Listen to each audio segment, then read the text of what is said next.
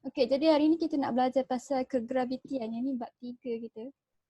Jadi kegravitian yang kita belajar ni, dia bukan saja graviti yang kita belajar waktu bab 2 lah. Itu ada kita belajar pasal daya graviti bumi kan. Yang tu bumi punya. Jadi kalau zaman dulu-dulu waktu tahun 1600 dulu dah ada dah saintis-saintis ni yang kita panggil sebagai astronomer lah yang dikaji pasal planet-planet kan. Jadi Kepler ni kamu dah belajar dulu kan pasal sains pasal planet-planet kan. Jadi mesti kamu kenapa dalam sains tu dia nak pergi keluar daripada bumi? Kenapa kena belajar banyak-banyak ni? Sebab sebenarnya yang Kepler temui tu dia temui gerakan planet-planet tu. Macam mana planet tu boleh bergerak, dia temui yang planet ni semua bergerak mengelilingi matahari. Lepas tu dia kata orbit planet-planet tu berbentuk elips. Elips tu bentuk yang tak bulat sangat tu kan. Jadi tapi dia tak tahu kenapa planet-planet tu dia bergerak dalam orbit dia dan apa yang menyebabkan planet-planet tu mula bergerak. Kenapa dia boleh bergerak dan terus bergerak kan. Jadi bila benda tu tak ada jawapan, Newton ni dia tak puas hati lah. Yang ni gambar Sir Isaac Newton. Ni. Jadi Newton ni dia tak puas hati lah bila benda tu tak lengkap kan. Kenapa benda tu mula bergerak dan dia terus bergerak? Apa yang menyebabkan planet-planet tu bergerak? Jadi dia kan banyak kaji pasal pergerakan kat bumi kan. Jadi dialah yang temui yang gerakan kat bumi ni dengan gerakan planet-planet ni, semua benda dalam universe ni semuanya ada satu pattern dia, ada dia punya persamaan. Jadi persamaan tu yang kita nak belajar dalam tajuk kegravitian ni. Jadi kalau ikutkan kita ada belajar 3 hukum Newton kan. Ada 3 daripada chapter bab 2 tu. Jadi ada hukum Newton pertama, kedua dengan ketiga. Yang tu cikgu suruh kamu cari sendiri tu. Dia ada dalam buku teks tapi dia macam tabur-tabur kan. Jadi hukum Newton pertama, kedua dengan ketiga tu cakap pasal gerakan objek-objek kat bumi ni kan. Tapi Newton ni temui yang 3 hukum ni kita boleh guna untuk benda-benda lain sekali yang selain daripada benda kat bumi. Contohnya planet-planet punya pergerakan, dia pun ikut hukum-hukum yang sama. Jadi hukum Newton ni ada 3. Yang ni saya tu cikgu suruh cari tu kan. Jadi hukum Newton pertama tu yang pasal inertia tu. Jadi yang ni yang ditulis dalam hukum Newton tu lah. Kalau tanya kamu apakah hukum gerakan Newton pertama, kamu kena jawab yang ni lah.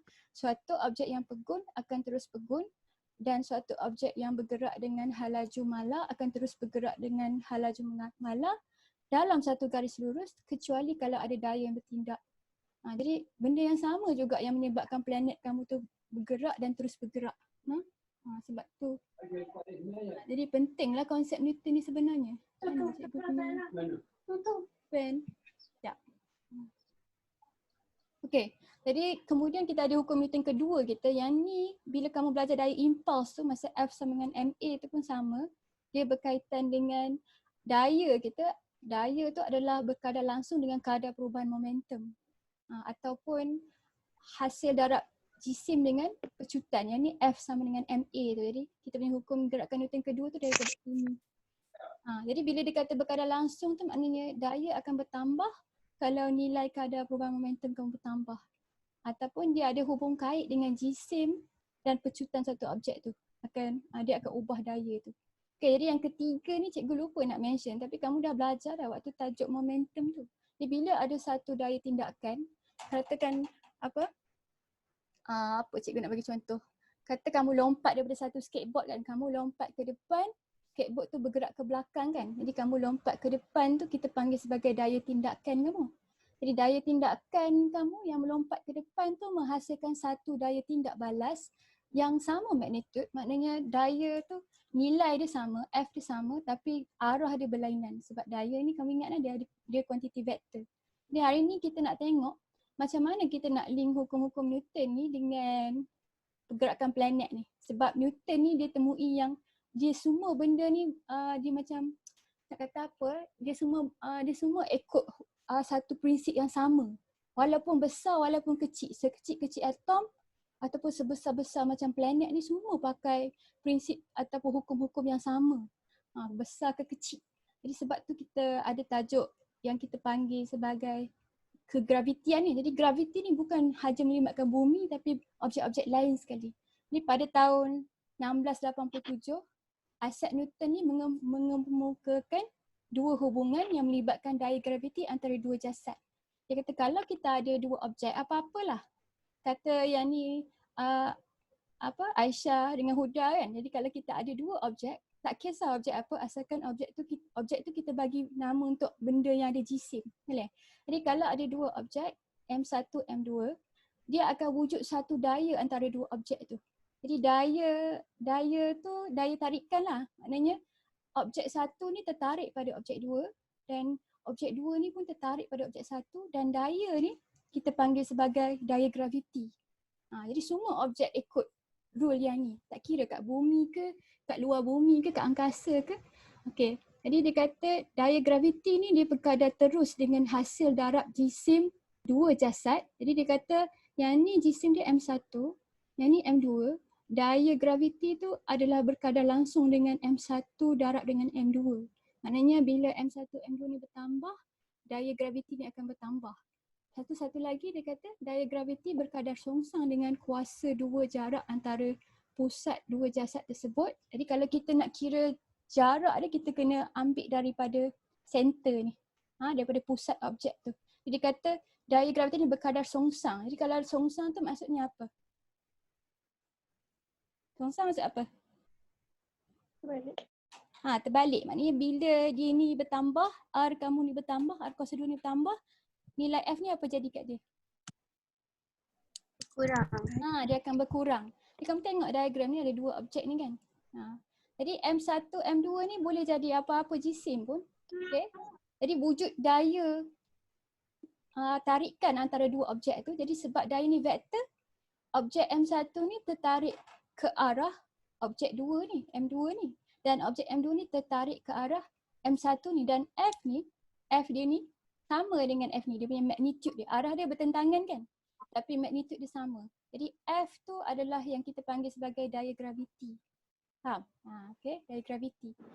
Jadi yang ni kalau dia tanya kamu, apakah nyatakan hukum kegravitian semesta Newton? Jadi kamu kena katalah hukum kegravitian semesta Newton ni menyatakan bahawa setiap objek menarik objek yang lain dengan daya tarikan graviti yang berkadar terus dengan hasil darab jisim kedua jasad dan berkadar songsang dengan kuasa dua jarak di antara pusat dua jasad tersebut. Dia kena nyatakan dua fakta ni. Okay. Jadi yang ni penting sebab last kali dia akan link kat kamu dengan planet-planet tu. Jadi fizik ni jadi luas sangat. Dia dah linkkan kamu antara bumi ni dengan planet-planet lain, dengan universe kita. Jadi fizik dengan astronomi tu sekarang dah jadi satu bidang. Faham tak? Sebab tu kamu belajar semua tu dalam sains. Alright. Jadi kalau ikut Newton yang ni, dia punya formula, nampak tak simbol yang macam ikan ni? Yang ni simbol untuk berkadar langsung kan?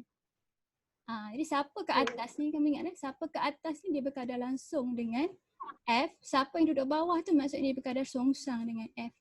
Jadi Newton temui yang ni. Dia temui masa umur dia 24. Tapi dia meninggal dulu. Dia tak boleh kata dia tak boleh kira lagi betul-betul benda ni lah. Sebab simbol ni bila kita nak tukar jadi sama dengan, kita kena bubuh satu pemala kan. Jadi pemala ni ditemui oleh orang lain. Saintis lain. Saintis tu buat eksperimen, dia dapati ada satu pemala yang kita boleh bubuh kat Newton punya equation ni supaya kita boleh buat kiraan, dan kiraan ni betul untuk semua objek-objek. Kalau kamu test semua objek-objek betul, boleh pakai kiraan yang ni untuk dapat daya graviti dia. Yang bumi, yang matahari, yang bulan, semua kita boleh guna formula ni. Yang kecil, yang besar, yang atom, semua pakai formula yang sama. Boleh? Jadi kita tengok formula ni. Daya graviti, ini daya graviti Fg, simbol dia Fg, sama dengan G. Jadi G yang besar ni bukan pecutan graviti tau, dia adalah pemala kegravitian. Yang ni baru lah, pemala kegravitian ni. Nilai dia 6.67 darab 10 kuasa negatif 11 Newton meter kuasa 2 kg negatif 2. Sekejap lagi cikgu akan terang kat kamu kenapa kita dapat unit ni. Kita dapat unit daripada formula ni juga sebenarnya. Okey, jadi yang ni pemala. Ada soalan tak? Faham tak? Cikgu kena ingat. Tak, pemala dia akan bagi. Boleh? Jadi tapi kalau dia nilai dia mungkin berbeza sikit. Kadang-kadang dia bagi kamu 2 tempat perpuluhan. Tapi kadang-kadang dia bagi kamu lebih. Kamu kamu tak payah hafal lah. Dia akan bagi dalam exam kalau dia bagi kamu soalan yang kena guna. Ni pemalas semua tak payah hafal. Okey, jadi M1 ni simbol untuk jisim jasad yang pertama. Okey, jadi dia darab dengan, jadi kalau dia tulis rapat-rapat, maknanya G darab M1, darab M2 kan. Jadi kamu kena faham lah, yang ni darab, ni darab, ni darab. Jadi kita boleh, nanti kita buat soalan, kita akan gantikan yang nilai-nilai ni. Jadi M2 ni kita punya jasad yang kedua. Dia kena ada dua jasad lah sebab daya graviti tu daya yang tarik antara dua jasad tu kan. Jadi semua ni bahagi dengan R kuasa 2. Di R kuasa 2 tu jarak di antara, jadi kamu kena ingat ni dia jarak dari pusat objek tu. Jadi yang ni pun dia akan bagilah. Tak adalah dia suruh teka apa.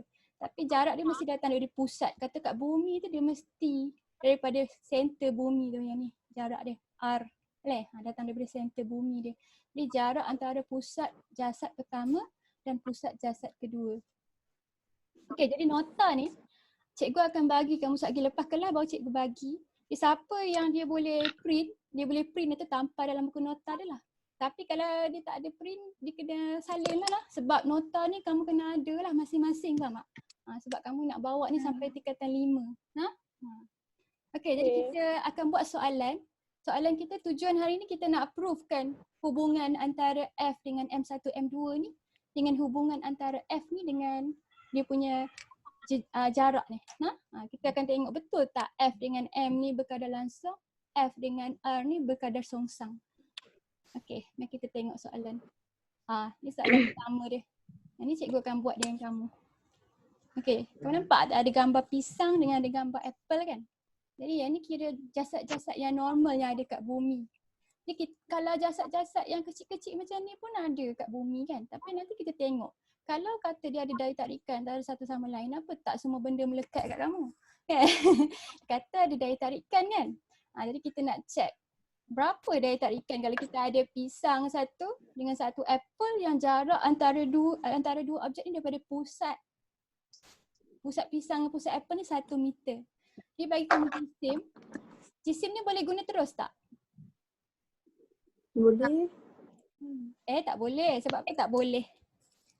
Sebab dia gram. Sebab dia dalam gram. Kalau dalam gram kamu kena tukar jadi apa? kg. Jadi berapa kg ni? 0.15. 0.15, betul. Jadi kita bahagikan dengan 1000. Jadi yang ni pun sama. Kebetulan kita ada apple dengan orang yang sama besar. Saja nak bagi mudah. Okey, jadi yang ni M1 kita kata yang ni objek 1 kita label ni. Ni M1, ni M2, ni objek 2 kita. Kita nak cari daya tarikan kan. Kata kirakan gravitational force. Maknanya dia suruh cari daya Fg. Ini Fg lah, daya antara pisang dengan apple ni. Daya pisang ke apple dengan apple ke pisang sama ke berbeza? Sama. Yang beza adalah arah dia saja kan. Jadi kita nak cari berapakah daya graviti tu. Jadi kita kira, masuk je dalam formula. Jadi kat sini dia bagi kamu G.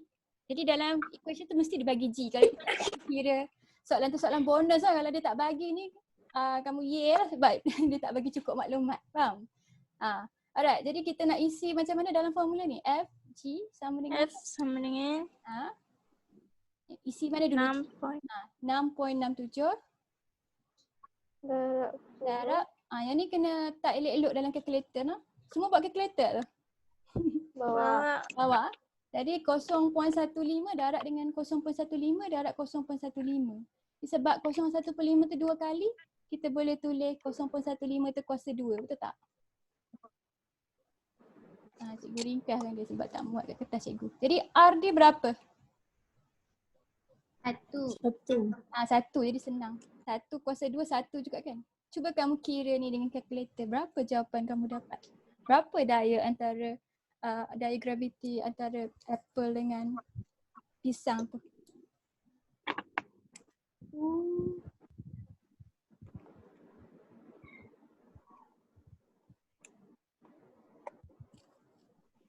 Bila kamu nak picit kalkulator, kalau kuasa picit butang EXP tu cepat. Jadi 6.67 EXP negatif 11.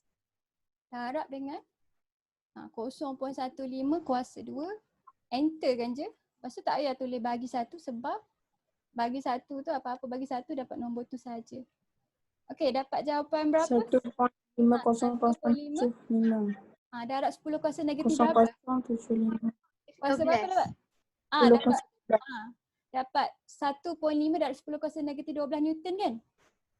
Kecil ke besar? Kecil. Sangat-sangat kecil kan? 10 kuasa negatif 12 tu apa imbuhan tu? Imbuhan apa ni 10 kuasa negatif 12? Apa imbuhan? Piko. Dia piko ni sangat-sangat kecil kan? Sebab tu pisang ni walaupun ada daya graviti antara dia, tapi dia sangat-sangat kecil. Jadi kita boleh abaikan. Kiranya macam hampir tak ada. Faham tak? Sebab tu kamu punya pisang dengan apple tu tak melekat. Jadi sebab daya tu ada, tapi daya tu sangat-sangat kecil sampai dia tak boleh mempengaruhi pergerakan apple dengan pisang ni. Faham tak? Faham? Okey, kita tengok contoh ni pula. Okey, Pak Ali dengan Mak Minah. Jadi kita tengok. Kalau orang tu besar sikit, ada beza tak? Masih lagi kecil ke? Ada perbezaan. Kamu kira yang ni. Ini dia bagi dah Pak Ali berjisim 75 kg pada kedudukan 150 cm dari Mak Minah yang berjisim 90 kg. Hitungkan daya graviti antara dua jasad tersebut. Pemala kegravitian 6.67 darab 10 kuasa negatif 11. Lepas tu dia kata, hitungkan berat mereka dengan mengambil nilai G sebagai 9.8 Newton. Jadi yang ni boleh buat juga, boleh try tengok ada beza tak.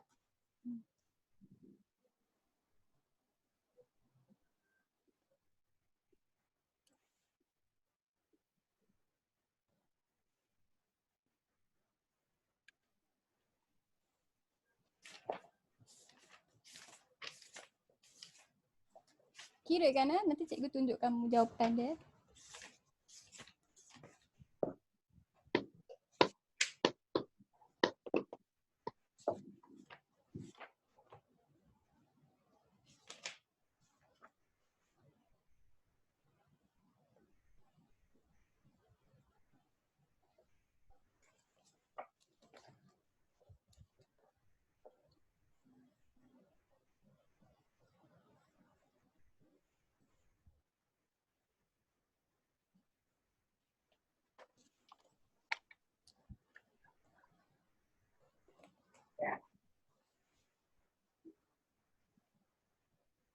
Jadi berat daya jarak tu mesti dia ambil dari pusat dua orang lah macam ni.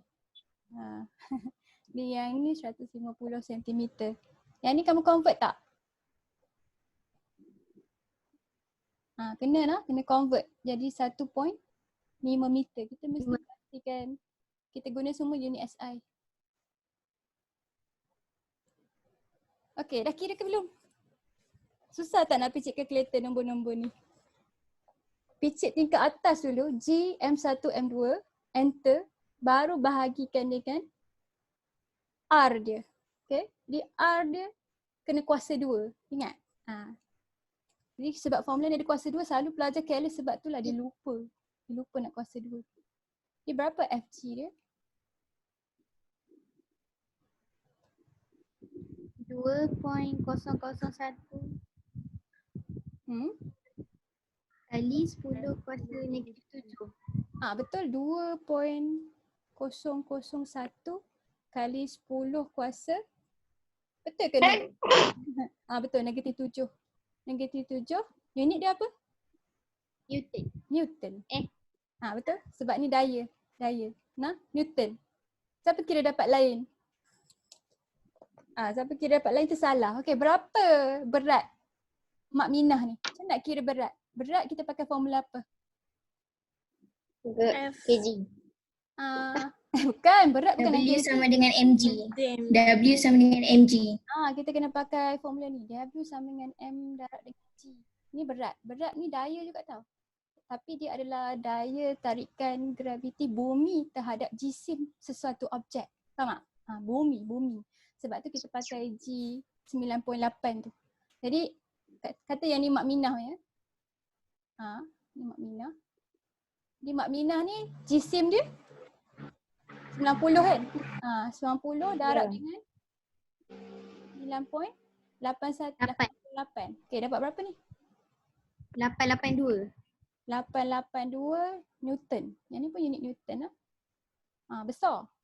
Yang ni besar sangat. Yang ni kecil sangat kan? Jadi kita kira pula yang Pak Ali punya. Berapa Pak Ali punya? 735 Newton. Okey, jadi sebab daya dia yang dikenakan oleh bumi ni sangat besar kan? Jadi daya tarikan antara dua orang ni kira dia jadi insignificant. Faham tak? Dia jadi tak mempengaruhi. Jadi sebab tu Mak Minah dengan Pak Ali ni tak adalah melekat antara satu sama lain. Sebab daya tarikan yang ni kecil saja. Faham tak? Jadi ada beza antara berat ni dengan yang kita kira ni. FG ni, dia berbeza. Okey, jadi macam mana kamu rasa situasi yang ada daya graviti ni ada dia punya nilai dia cukup besar untuk dia menarik satu objek? Bila masa? Bumi dengan bulan. Kalau dia besar. Jadi jisim dia kalau sebesar planet, baru dia punya daya tu cukup besar untuk menarik objek. Faham? Macam matahari, kamu rasa graviti dia besar ke kecil? Besar. Besar. Kalau graviti dia, sebab graviti dia besar, dia boleh bagi semua objek pusing keliling dia. Sebab tu planet semua pusing keliling matahari. Faham tak? Macam bumi. Kan? Bumi pun sama. Kalau kata daya graviti dia kecil sangat, kamu akan terlepas daripada atmosfera bumi. Tapi sebab bumi ni dia besar, jadi daya graviti dia cukup besar, kamu berdiri terbalik pun, kata kamu berdiri kat kutub utara ke kutub selatan ke, kamu tetap akan ditarik oleh daya graviti bumi tu. Kita kamu berdiri sini, ada tak kamu nak terjatuh ke bawah ke? Tak ada kan? Sebab semua daya graviti tu tarik kamu ke pusat bumi tu. Faham? Jadi kita try kira sesuatu kita buat satu kiraan kalau melibatkan jisim objek yang besar macam bumi. Jadi kalau kata semua benda kat bumi, tak kira lah kapal terbang, semua tu kita kira dia punya FG ni kecil sangat sampai dia tak mempengaruhi objek-objek tersebut. Ada daya tapi terlalu kecil. Jadi kita kena tengok soalan yang melibatkan benda yang besar. Jadi contohnya kata Apple dengan bumi ni. Boleh? Jadi dia kata kirakan daya graviti antara Apple dan bumi ni. Jadi kamu anggap Apple ni di dalam kamu punya kawasan atmosfera bumi lah. Betul-betul kat kerak bumi macam ni. Tapi dia besar kan? Jadi yang ni jejari bumi, jarak jejari bumi. Yang ni jejari Apple tu. Kamu rasa jejari Apple tu beri perubahan besar tak pada keseluruhan R tu? Nilai R tu.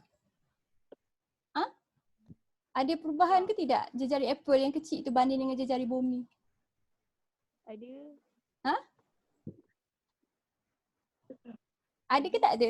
Ada? Tak. Kalau objek tu kat bumi, kalau objek tu kat bumi, sebab dia kecil sangat berbanding dengan saiz bumi. Kata kamu berdiri kat bumi, kamu nampak tak kat satelit kamu kat bumi tu? Tak kan? Kamu tak boleh nampak diri kamu kan? Jadi kalau mana objek yang besar macam planet ni dengan satu lagi objek kat bumi, kita kira jarak antara pusat objek tu kita tak kira. Kita hanya ambil jejari bumi saja sebagai R je. Faham tak? Jadi kita tengok soalan yang ni. Di soalan yang ni dia bagi kamu 10/6. Jadi dia bagi kamu jisim bumi. Kita nak kira daya graviti antara Apple dengan bumi ni kan. Dia bagi kamu jisim bumi, dia bagi kamu jisim Apple. Lepas tu R yang dibagi ni sebenarnya adalah jejari bumi. Faham tak? Sebab jejari Apple untuk kes yang ni sebab dia ada kat bumi, dia terlalu kecil sampai kita tak payah ambil kira dia. Okay? Macam tadi lah. Terlalu kecil sampai kita boleh abai. Sampai boleh abai. Jadi kalau bulan, dia akan bagi perubahan kan. Tapi kalau dia kecil sangat macam Apple, kita boleh abai dia. Sampai boleh abai. Okey, jadi kita kira kan. Kita nak kira FG untuk Apple yang dikenakan oleh bumi. Jadi G dia 6.67 darab 10 kuasa negatif 11 darab dengan jisim bumi kan. Jadi 6 darab 10 kuasa 24. Lepas tu Apple punya kecil kan 0.0 15. 15. Bahagi semua sekali dengan 6.4. 6.4 darab 10/6. Yang apple, Ya? Tanyalah. yang apple tu bukan gram ke cikgu? Oh ya cikgu ubah, sorry. kg, kita ubah dia jadi kg. Ringan sangat tu 0.15 gram. Cikgu salah type. Jadi yang sorry. Jadi yang ni 0.15 kg. Betul kan? Yang ni ada kuasa 2. Okey, berapa dapat nilai dia? 1.47. 1.47 Newton. Okey, cuba kamu kira berat apple tu pakai formula W. Dapat berapa?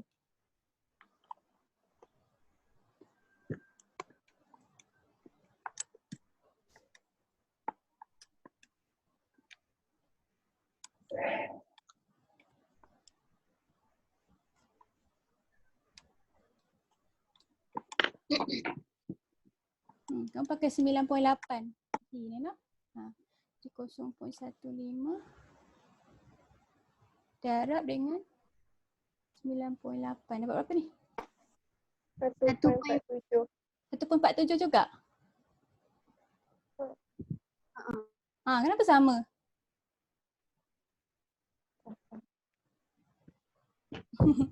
Kenapa sama?